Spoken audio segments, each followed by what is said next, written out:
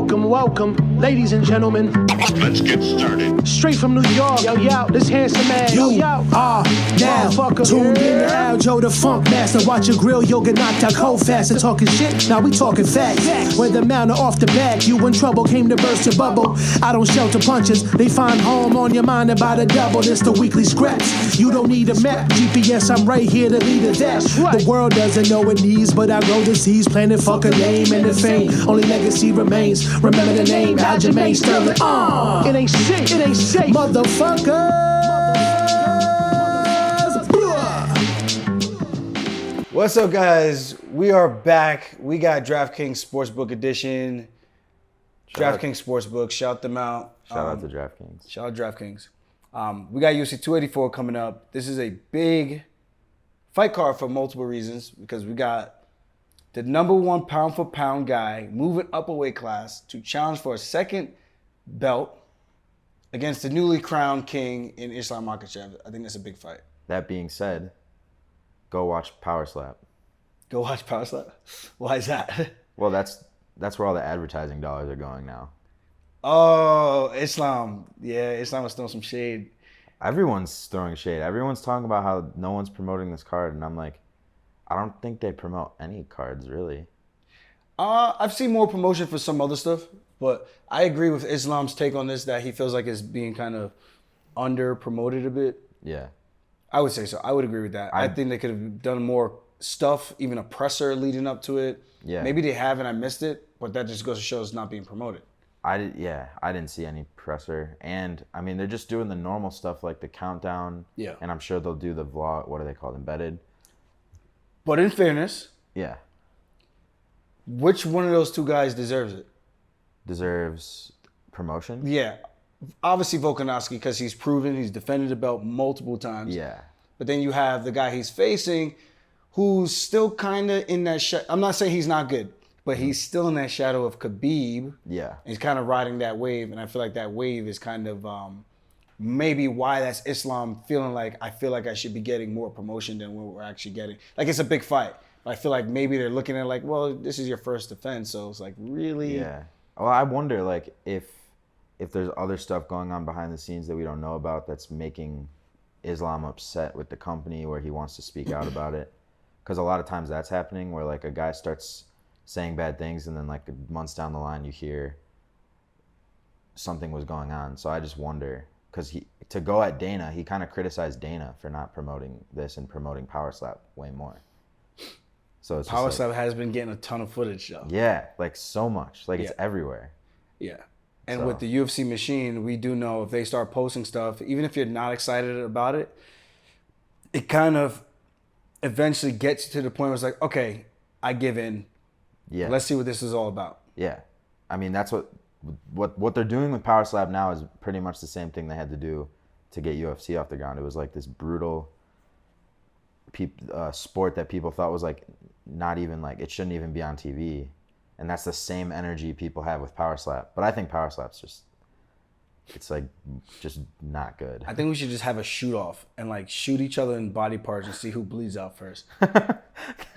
might as well. Whoever bleeds out first loses. Or why don't we take it a step further? Add a brick into their hand when they're slapping each other. Yeah. And just get to CTE faster. Let's just speed up this process. Yeah, I don't get it. But yeah, so anyway, Different that's the strokes for drama. different folks, yeah. But I would say Volk deserves the promo. yeah. And I would think because of the Dagestani fan base, they'd be promoting it more for Islam. But I don't know.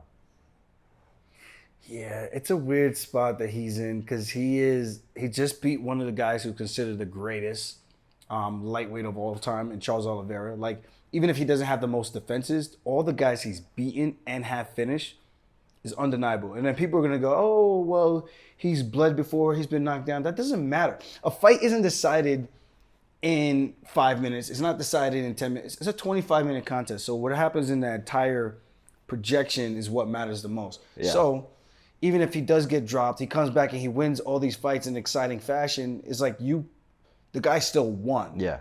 And he's not winning by just like the skin of his teeth. He's finishing guys. Yeah. And that's the most impressive thing about it. Most finishes in UFC history. Yeah. And I'm sure he could take an easier approach. It's like, you know what? I'm going to just try to be a grappler the whole time. pull guard Yeah. or just try to body lock people the whole time. But he's standing up there in the pocket, getting in people's faces, and making an exciting fight. Yeah. But that's why everyone loved watching him fight. Yeah. Like, everyone was excited when he was the main event. The most exciting champion by far, in my personal opinion. I think he dominated 2022. Yeah, Like, it was his easily. year for the UFC.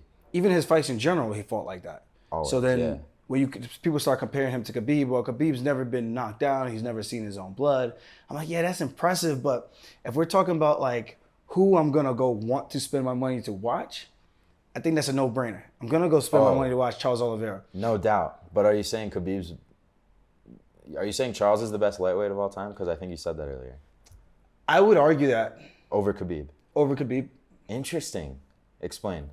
I'm saying this based on their resume. Like Khabib's been hurt a lot. The same way, I'm very much in the same shadow of Khabib right now with all my injuries that I've been having lately. I don't know what it is. I've never missed weight. Khabib has not missed weight, but he's been pulled because of weight cutting issues.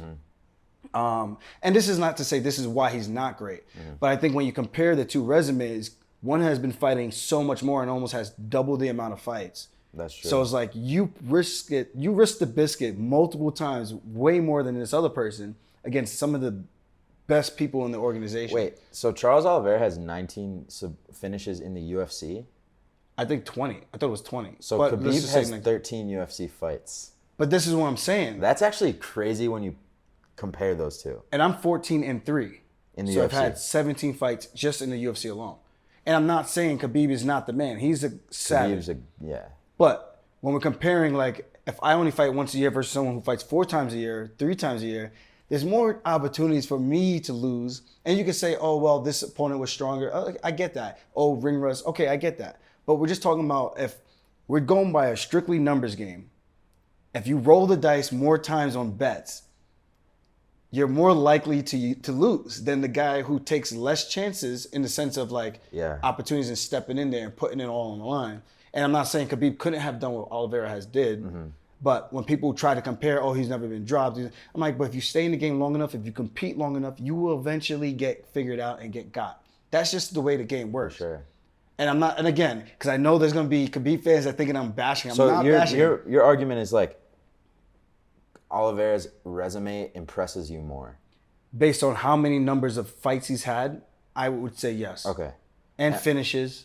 So I would say like I think Khabib has a more goatable resume, but Charles has like But why? more title wins, I think, right? By one. And never lost. But then again, Well, he won the belt against Iaquinta. Then he fought Poirier, he fought Conor, and Gaethje. So he defended the belt 3 times. this is my other. I wanted to say this too. I think Khabib would beat Charles. Like both in their prime. I think Khabib would win. I would agree with that. And I think Islam beating Charles is like more proof of that because they're almost identical styles, and that's kind of like Khabib's like Jesus of Khabib's God, and he sent Islam to go do his bidding kind of thing. So I feel like who deserves to be on Mount Rushmore more? It's probably Khabib because he was so dominant against the guys he fought, and like he probably would have kept winning if he stayed around. Yeah. And I think there was even one calendar year where he fought like 4 times. Khabib? Nah, Oliveira. Oh, I'm sure, yeah. But you see what I'm saying? It's like these things, you kind of have to weigh that into the conversation. And again, I still think Khabib's resume is better in the sense of how he's won, is like very dominantly. Yeah. But at the same time, it's like, well, you can make a similar argument that Dubronx was pretty dominant, even though it was some back and forth sometimes. But you know what to expect from his style, and you know that he was more than likely going to finish you because he's just risking more in his fight style. It's kind of like the Styles make fights. It's like the Jordan and LeBron debate, where like Jordan has that perfect 6-0, and that like fear factor that he instilled in everyone. So that would be Khabib, and then LeBron. My argument is always, well, LeBron doesn't have as many title wins, but he has way more playoff wins and title appearances. Yeah. where it's like Jordan didn't even get to the title that many times, and LeBron had to face Golden State, which was like a super team built to beat him. Where Literally. Jordan never had to. So like that would be the Charles Oliveira comparison. So Yeah. it's like, what do you value more, like that undefeated perfect record, or do you value like total numerical stats and achievements, which Charles has 6 or 7 more finishes than Khabib has fights in the UFC. I'd So even when you- argue more than 6 or 7. Like, well, because if Charles has 20 finishes in the UFC and Khabib has 13 fights in the UFC, that's just like a crazy number to even think about. Yeah. So it's like, what do you value more, like those numbers or that 0 that Khabib has next to in his loss column? Yeah. And Charles has taken a lot of licks and to battle back through that gauntlet of 155. Look at that win streak. Holy shit. Yeah, it's just so insane. from Paul Felder finish, in 2018, finish. he went, what was it, like a 13-fight win streak? Something 2, serious. 10, 11, 12-fight win streak.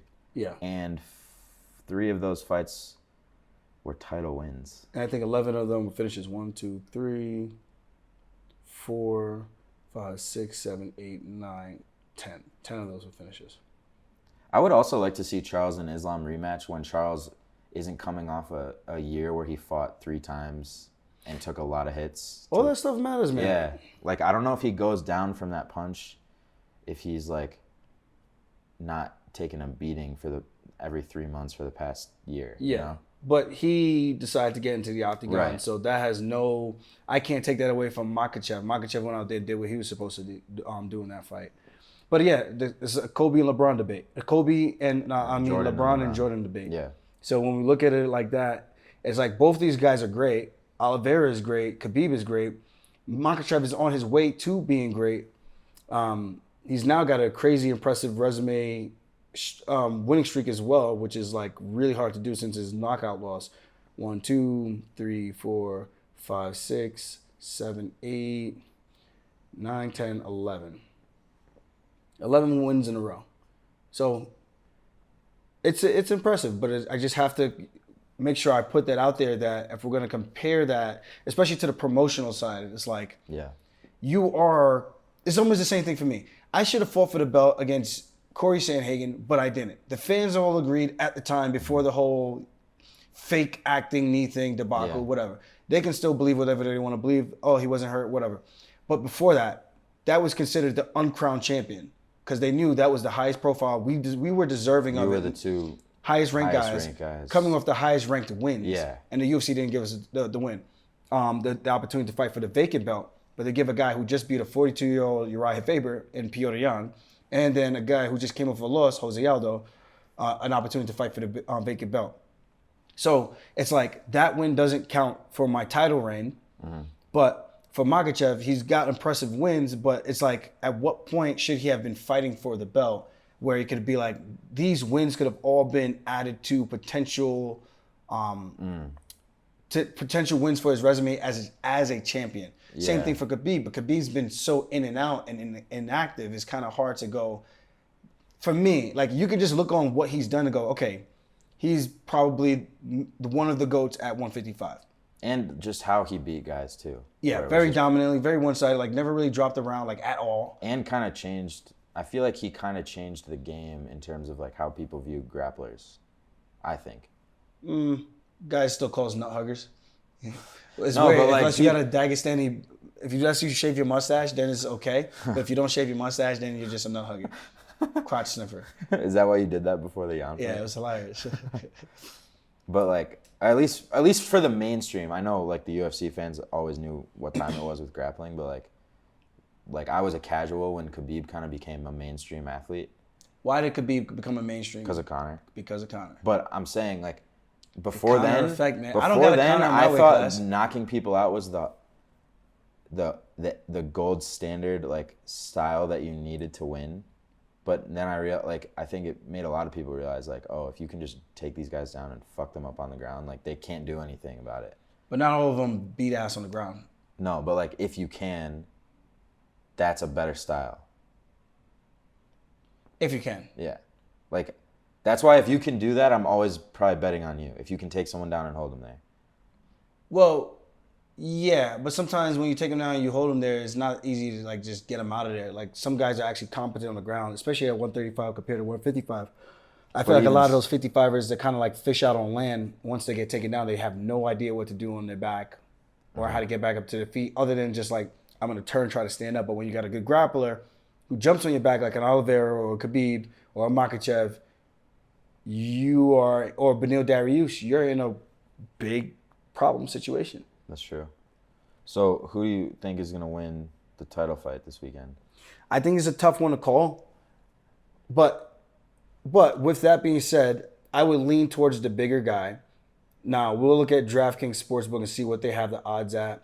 They have Makhachev at minus 365 favorite and Volkanovski at plus 300. I feel like the lines just moved. I feel like it was a little bit closer before. Volk at plus 300. Volk at plus 300. And I don't think it's that crazy to bet on Volk either, man, because that's one crazy odds, plus 300. You're talking about a guy who's been very dominant in his weight class as well. The one close fight he had was the first one, which I thought he lost to Max Holloway, personally. I could be a little biased because I like Max and I've trained with him 2 different occasions. But when I watched it, I was like, I just don't see how he won. In terms of like the challenger taking the belt from the champ in a very close contested fight, it's like, well, you didn't definitively win in my book, but whatever. Okay. I'm not a judge. And when you look at the other parts of the resume, all the other guys he's neutralized and beaten and just either knocked out or just made them look like they can't do anything against him. Yeah. Jose Aldo, Chad Mendez, a bunch of other guys on his resume. Legends. So now you got Makhachev and you're like, well, we see what Makhachev has done to guys, Bobby Green, Dan Hooker, but these are also guys that don't have grappling. Even Charles. Even Charles, but Charles actually gave some effort off of his back until he got rocked, and then when he got taken down, it was kind of like, at that point, he was just kind of a beaten man at that point. So it was like, oh, he submitted the best submission artist. I'm like, yeah, but you guys are acting like he did in a grappling match. He got beaten up, like slowly chipped away, and eventually got the finish. Like, and I'm sure that squeeze that he put on him is unreal. Yeah, that guy looks fucking strong, man. Makhachev. Sorry, I swear. I'll cut it out. Makhachev looks really strong. You cursed twice just now. So, whatever. It's not whatever. It is, man. It's not. Stop limiting our ads, Jake. So, with that being said, the grappling advantage for Makhachev, but then if he has to use an exorbitant amount of energy trying to keep Volk down, and we all know he's a tank of a human being coming down in weight from playing his rugby days. So we know he's strong. We know he's used to moving around with big guys. I just watched this video today of him moving around with Craig Jones, grappling circuit, and I was like, this could be the work that he needed. But it's a different type of grappling. It's a submission artist versus a guy who's heavy on top and just wants to keep you there. And Islam even said, like, these guys always bring in these kind of wrestlers to their camp, but it doesn't do anything. So They're not wrestlers. He brought in a jiu-jitsu guy. It's very different. Charles brought in a wrestler, right? He brought in like a wrestling coach. Oh, okay. But I agree with that. If you're not bringing in a hybrid that could do what Islam is going to more than likely do to you. Yeah, you need a guy who's going to mimic the exact style. Yeah. For you to get the reps that you need in your camp to be prepared for it. So it's like me trying to get ready for Henry Cejudo. I don't know who the hell I'm supposed to bring in that's going to be 5 foot flat and super explosive and actually knows how to wrestle. Like, that's going to be very hard for me to emulate that type of style. Hopefully, it's hard for him to bring somebody in that can emulate the style that I could bring to the table. But I think he has more opportunity of finding more of me than I am of finding more of him. Interesting. You know what I mean? I mean, I think Merab's a pretty close. You got a short guy who can wrestle, but Merab's not nearly as short as Henry. Yeah, but when we're talking explosiveness and quick twitch muscles, Henry's more of like, if you watch a straight up wrestling match and you see these guys level change and fake, like a Jordan Burroughs, and how these guys are like quick, like they're explosive, and then they know when to relax and they're kind of just lulling you to sleep, and then they go. That's more of a wrestling attribute from the highest levels of just one wrestling in high school, because I don't think he didn't wrestle in college, but I'm sure he went to the Olympic training room from once he finished school or whatever it was, and he just got in the body in the freestyle chain of grappling. So it's a different style of grappling. Where I wrestled in college, I have folk style wrestling. That's why we wrestle on top and bottom. Freestyle and Greco, you're not really allowed to wrestle on top. So once you take the guy down, you have about 5 6 seconds to try to turn them. If you can't turn them, they stand you back up. So there's a lot of neutral wrestling. So Henry's good. He's quick on the feet. But when it comes to grappling on the mat, that's my specialty. And that's going to be the unique difference is whether or not I can get him down. So it's a very similar situation is, can Volkanovski get back up and make Makhachev pay for the takedowns and him expending his energy? Or will he get taken down and get dragged and kept down there? And will it be a slow game that Volk has to bide his time, not take too much damage, and then hopefully he could try catching him or making him pay? When I say making him pay, if he shoots and presses you against the cage, is he just holding you and you're just squirming around, using up a lot of energy, or are you hitting him to the body, you're punching him to the nose, you're finding his eyeball socket, you're finding his nose and you're grinding, just being mean, being nasty when you're in there. Ooh. And that's the difference, making him pay for their attempts. And if he doesn't get the takedown, energy wasted, damage done. That's true. You know, when people And say, you're "Oh, winning those exchanges." Yeah, it's like they say Jan defended my takedowns. I'm like, but what did he do? He defended a takedown. You could defend a takedown in wrestling. Don't count for crap. Right. But if you defend my takedowns and then you pummel my head into the mat and you grind my face into the mat, like now you're like making me pay for the shots. Like you're beating me up. Right. And that's what Volkanovski has to do. And I hope he's doing his homework. They're a smart team. Yeah. But again, if Makhachev gets him down cleanly and doesn't waste any energy, just beats him up on top and he has to carry that weight, that's a tough task, man. So if Volk is really smart about it, like how you just described it, and then Islam is maybe taking him for granted for obvious reasons, like he's a smaller guy. Yeah. You know, he's a huge favorite. Australia don't have wrestling. Yeah. Like those guys do have a little bit of an arrogance about how good they are, which is rightfully so. Rightfully so. I mean, they're all savages. So I wonder if there's a chance that Islam is taking Volk not as seriously as maybe he was taking Charles or like any other guy at lightweight who could be his next title contender, you know? Yeah. Do you think there's a chance of that? Yes and no. I feel like it could just be the bravado talking, like he's still going to train super hard. And I think the only thing that gives him more of a confidence booster, like I'm fighting a smaller guy. If these bigger guys couldn't do this and I'm training just as hard, there should be no way that the smaller guy should be able to come in and do what these bigger guys couldn't do. But then again, it's a whole different psyche that you're dealing with. I don't know if they have anyone who's compact like Volkanovski, explosive, has the range IQ, knows when to step in and lands his combinations and get out of there, and who can get back to their feet. Because he's small, compact, like a little meatball. He's a little bit of a meatball. And I think it's fair to say he's the strong best, meatball. He's the best striker in the UFC right now, I think.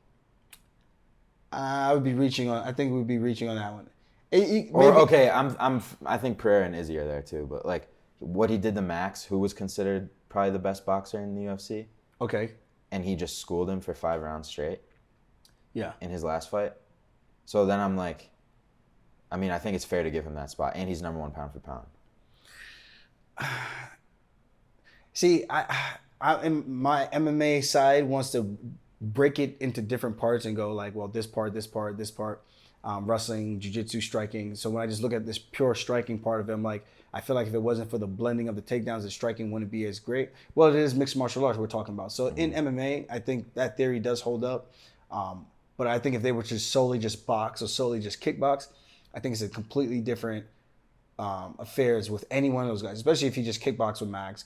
Like you could say that, yeah, he pieced him up on the feet, but there was also the level changes that made him kind of kept him guessing. And that's what changes the dynamic of strikers when they come into MMA. That's true. It's so different because if it's just purely stand-up, it's like if Jan and I fought and it was purely kickboxing, he'll probably piece me up pretty good. Yeah. Like I would land some shots, but he would probably more than likely get, and this is just being honest, he'd probably more than likely get the edge in the fight and probably land a couple bombs where I probably land some stuff, but it won't be nearly as effective as it would be when I can add in the threat of the takedown. Yeah. And now I can land those shots, like even like the sequence we were just talking about where I took him down, faked, level change, came up. And I just know like those reactions are gonna come. And I'm more versed in that where he's so worried about that where I'm not. It's just like, if you take me down again, like you thought you did in the first fight, it's just not the same fight. Yeah. You know, but whatever. We'll end on this note. Makhachev minus 365, Volkanovski plus 300. I think there's some value there in Volkanovski. why not? Like, smart money is obviously on Makhachev, but I see if you want to throw a couple dollars here and like, just in case Volk goes out there and shocks the world, you can make some money while doing it. That would be sick if he did, man.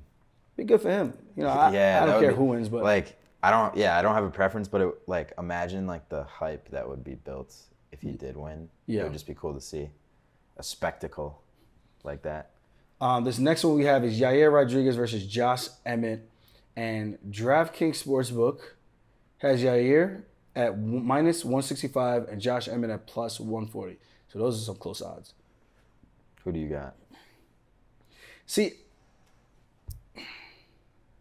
I'm leaning towards Rodriguez Interesting.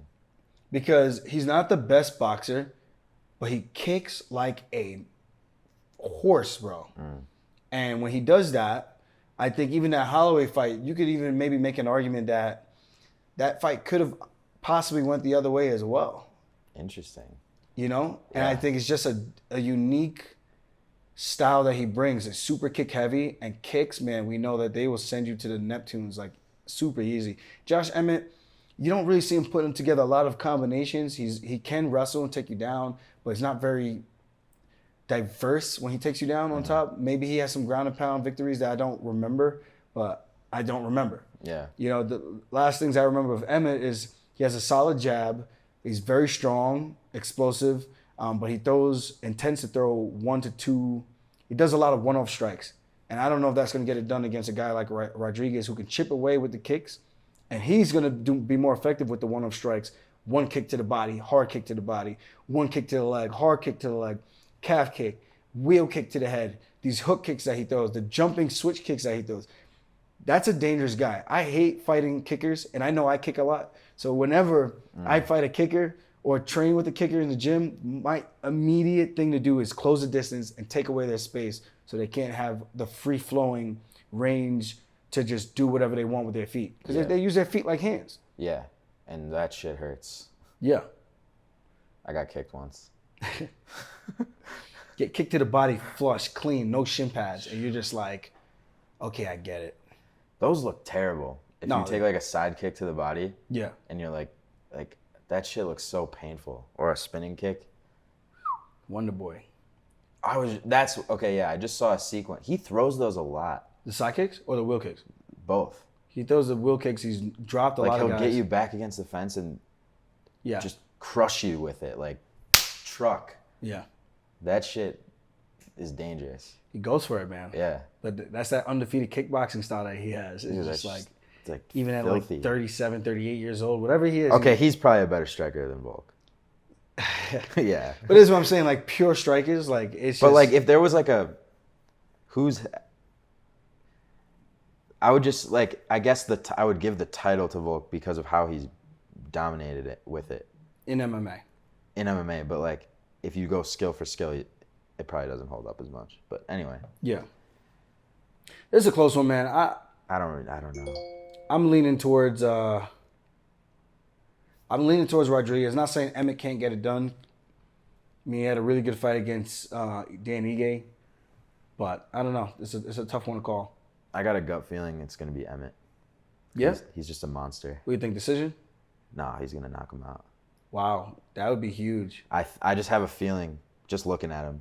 Because then that would turn a lot of heads for 145, especially for crazy. Volkanovski. If he loses this, and then Emmett goes out there and gets a knockout before him, and then it's just like, wow, okay, Comes that's what I back got to a waiting big for me fight. at 145. Yeah, that's the cool thing for Volk is like, it's kind of a win-win. It's got options. Because even if he loses, he still had it's a big moment. Yeah. And then he comes back and he still has a title and pay-per-view points and all that shit. So it's like, I mean, obviously you want the win, but because the glory and all the fame and all that comes with being double champ. It's a lot. But also for Volk, I think it's how good he does against Islam is a gauge for how you could do against him. I like this. Do you want to go into this? I like this. Okay. Because, here's my thing. If Volk, I think you and Islam are probably the two most dominant grapplers in MMA right now. Yeah. When you put it all together. Okay. The only difference with Islam and you is he's bigger, like way bigger than you. So if Volk is able to hold off against him, and like maybe not get submitted and go to the decision, and he does well in some of those exchanges, then I think it's an indicator that the grappling is going to be tough for you. You know? Yeah. But if he gets dominated in grappling like right off the shoot, then I think that gives you more confidence in a potential fight against him. Oh yeah. I like my odds against anyone because I just like, if I could just get you to trip over your own feet, that's a problem. Like if I could cause a sequence where you are so sporadic trying to get out of there because you don't want to get taken down and you trip over your own feet, I cause that, you're going to be stuck down there probably for the rest of the round, if not getting finished. Right. You know? So, yeah, I think this is a very big indicator, and we'll see how effective his striking is. And again, the same thing like I was saying about Henry Cejudo. It's going to be hard for Makhachev to find a guy, I feel like, around that size who's got the striking and the same decent grappling pedigree, where it's more defensive. It's like that sprawl and brawl mentality. It's kind of like what Volkanovski has. So that gives me confidence. And I'm not even looking at this fight for that. But now that you said that, as a competitor, especially with the thoughts of going up to 145, I think it's going to be very interesting to see how he does with a high-level grappler. And I do wonder how my grappling compares to Islam. Yeah. I know I roll with Ali, who manages pretty much all the Dagestani guys. Yeah. And he told me I would do very well at 145. He thinks I'm strong. He thinks I'm heavy. He's like, you feel like all the other guys, all the Dagestani guys, pretty much is what he was saying. Like in paraphrasing. Interesting. So that makes me feel good hearing that because I know he trains with those guys and gets on the mats with those guys. And he was like, yeah, even when I took his back a couple of times, he was shocked. He was like, I didn't think you could get my back in those positions. And yeah, I end up somehow just doing some weird thing with my legs and I could take the back. So I think it's funny that he thought you couldn't get his back. Well, it was a tough position. It was almost like a half guard position where he was on his side. Like technically, you shouldn't be able to get there back from that position. Remember, half guard, I'm on top. And then as I locked my hands around him, like the way I was able to step over and slide into, it's almost like slide into home base. And I was able to slide into the position. So like kind of getting over him and taking Yeah, his back. and yeah. Okay. And even with him trying to get his back to the mat, I was still able to force my way through and get to that position. That's like your limbs, bro, I think. Like Yeah. they can get there before most people can because you're so long and like strong. You like got like claws. We're going to pay the bills real quick. We got 2 title fights, 1 epic night. I'm talking about UFC 284. This Saturday, Makhachev is fighting to keep his title, and Volkanovski is hoping to make history as the first Australian to hold a title in 2 divisions at once. Join the MMA action with DraftKings Sportsbook, official sports betting partner of UFC. New customers can bet just $5, Jake, and get $200 in bonus bets instantly. Just $5, bro. Just 5? Just 5. Wow. $200 in bonus bets? So it's like giving someone a $5 bill and you get $200 back. Yes. To fuck off with, you know. There we go again. Wow, I suck. We got a lot of interesting matchups like the main event, the co-main event. If the excitement in the octagon isn't enough, football fans, don't forget to join the big game action happening this Sunday at DraftKings Sportsbook. Your call to action. Download the app now. Use code FUNKMASTER. New customers bet $5 on UFC 284 and get $200 in bonus bets instantly this Saturday at DraftKings Sportsbook with code FUNKMASTER. Minimum age and eligibility restrictions apply. See show notes for details. I always say eligibility. So wait, if I give you $5, will you give me $200? Does that code work for you? I actually never even made an account yet. No, like I'm just saying, like, can I use this principle with just you? Like I'll give you 5, but you give me 200. We could talk about that. Okay. I'm not quite sure if it works like that, but we could talk about that. I think it's a fair deal. Lastly, our disclaimer. Little gaming problem call. If you want someone who has a gaming problem, Am I supposed to put this on the screen? Yeah, or it's just your show notes. Yes. I know you haven't really been doing that. I don't really do that. Yeah. All right. Next up, we got Randy Brown versus Jack Della Mandolina. Is that how you say it? I don't know. I don't JDM. think- We call him think- JDM. I don't think that's how you say it. I'm calling him Jack JDM. Jack DM. Jack Della is minus 320. Randy Brown is plus 265. And I think these are fair odds based on what both these guys have done in their past few fights. Randy Brown having a really close fight with Francisco Trinaldo, even though you kind of knew who was winning the entire time. He's on a 4-fight winning streak. But you got Jack Della. What's his resume? He's 13-2. I need to pay better attention. He's really good. Holy. But look at his win streak right now, bro. What the crap? He lost his first 2 pro fights. He's won the next 13. And look at his finishing rate. First round, round 2, round 2, round 2, round 1. Dr. Stoppage.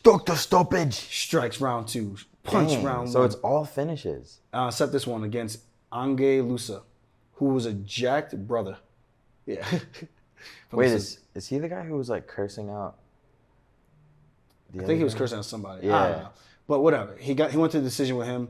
But everybody else, after that, he finished 3 guys in a row in the first round, bro. In less than 5 minutes. This is a dangerous guy. This is a tough matchup for Randy. I do feel Randy has all the tools to be as dominant as he wants to be, and his grappling is highly underrated.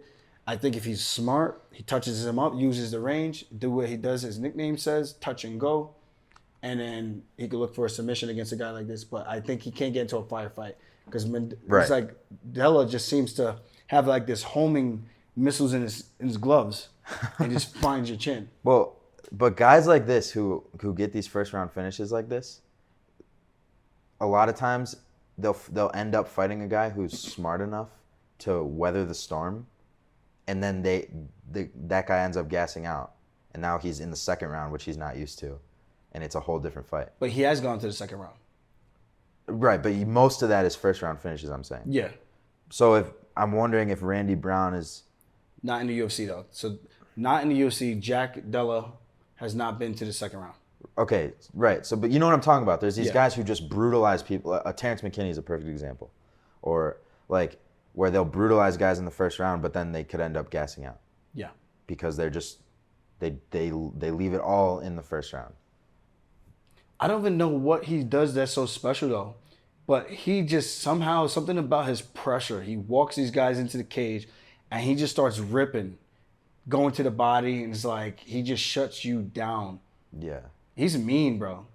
Like Randy's going to have to find that dog. And I would advise if Randy, because you know Jack's going to come in and just going straight forward. I would advise that Randy's looking for some elbows in those tight situations. So Medella's reach is 73.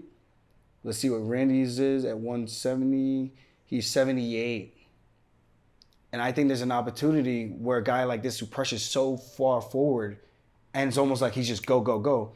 There's an opportunity to catch him and intercept a hard elbow that can cut him up, cut him open pretty bad, and give an opportunity for Randy Brown to change the direction of the fight or take control of the fight, or even get it to Dr. Stoppage.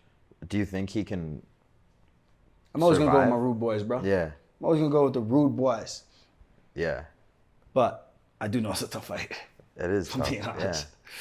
It's a tough fight. I just wonder, like, because sometimes like these guys they'll defeat themselves, like, because they can't get it done. They'll expend all this energy trying to get it done, and then the storm goes, like the other guy is able to take control. Yeah, the momentum goes to the other side, and then it's like there was one fight like Nate, what's his name, Landauer. Yeah. It was like that, the exact same thing. He fought, I forgot the guy's name, Ona, Something like that. But he trains out of James Krause's place. Okay. But yeah, that fight, it was like the other guy came in, it looked like he was going to get it done. In the first round. Right. And then Nate just kind of stayed in there somehow. But then in the second round, Ona was gassed out and Nate was able to just get it done. Yeah. So maybe it could be like that. We'll see. This next one we got is Justin Tafa versus Parker Porter. DraftKings has Tafa at minus 125 and Porter at plus 105. Very close odds there. Pretty much a freaking pick 'em almost. I don't know much about these guys. I know Tafa hits hard. These are heavyweights, guys. Tune in. Hopefully, let the bodies hit the floor. Let the bodies hit the floor. I think that's how it goes, right? How about this one? The next one we have Jimmy Crute versus Alonzo Manifield. Jimmy Crute is a minus 205. Manifield is a plus 175. Manifield, I believe he won his last fight, right? If I'm not mistaken. Yeah, he did 2 in a row. Askar Mosavarov and Misha Serkinov. Both finishes in the first round. I'm not sure if you said those names right. I got Misha's name right, Serkinov. I know that. The first one, Askar Mozarov. Yeah. Mozaurov. Something like that. Mozharov. Yeah. That's how you say it. Manifield has been kind of up and down since his trajectory into the UFC. He won his first 2 fights, lost 2 in a row, Devin Clark, and to Ovens. He beat Fabio Charant, first round Von Fluchoke.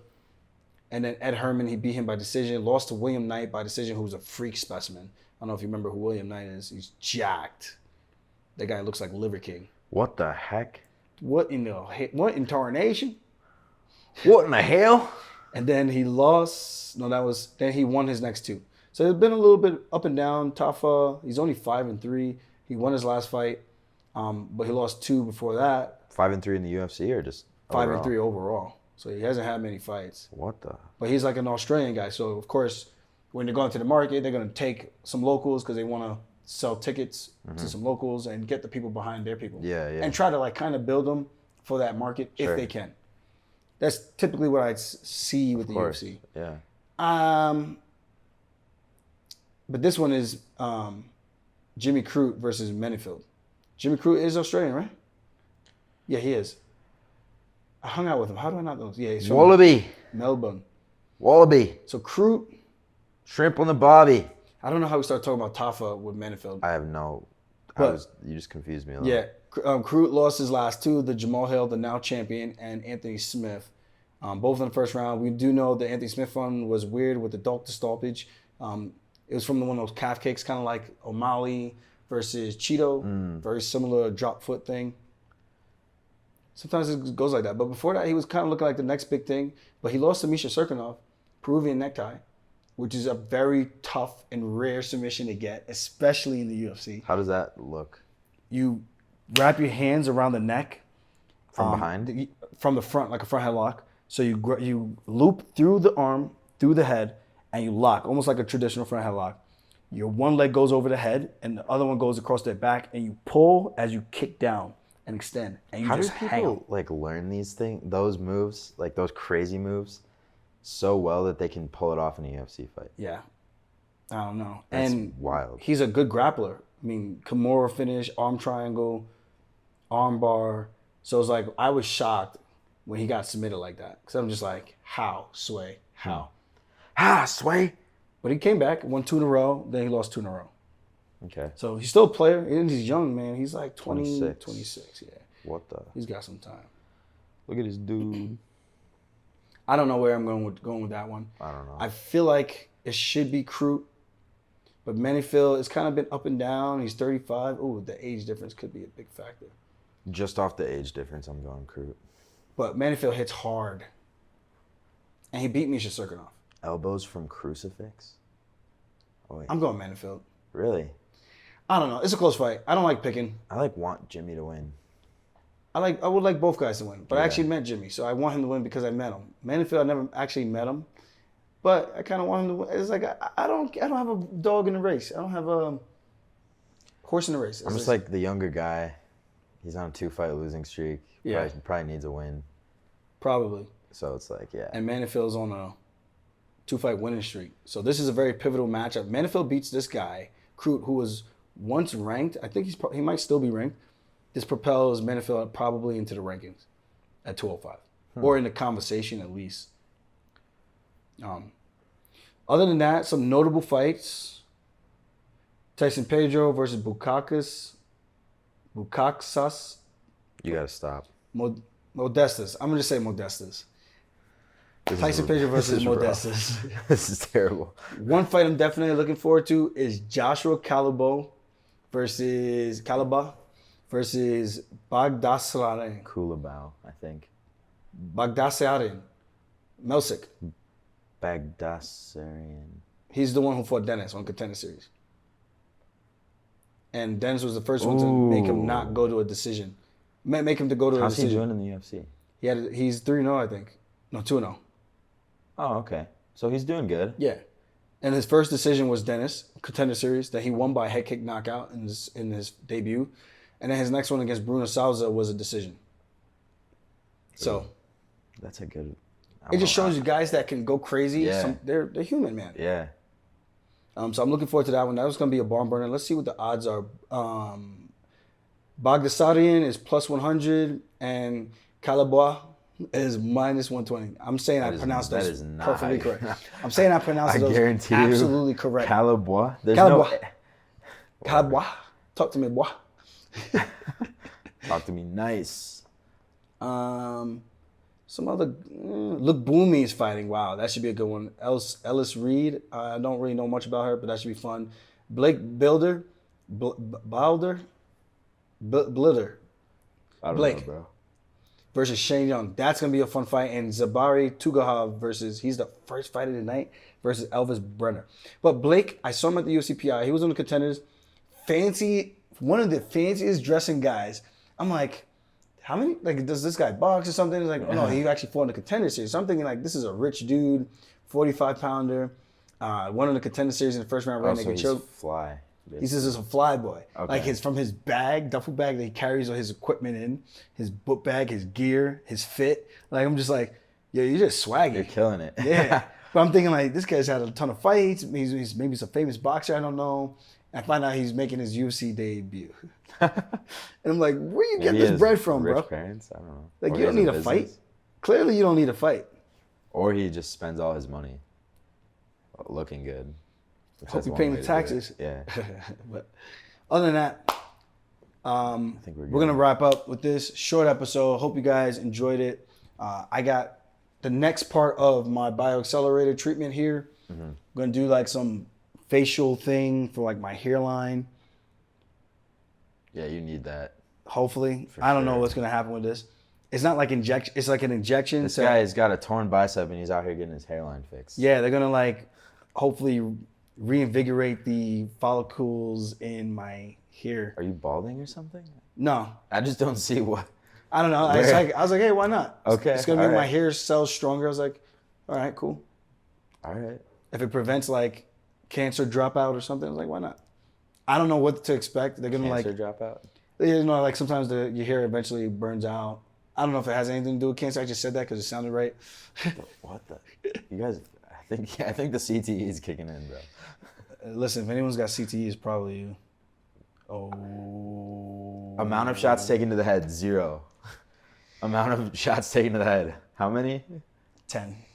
Cap. But so far it's been beautiful here, Medellin, Colombia. Got some food. The food's been great. Got a smoothie for $2.42, which is got just unreal. 3 shots of espresso for less than $2, which in the US that's like $6. Yeah. It's crazy. Just saying, move here.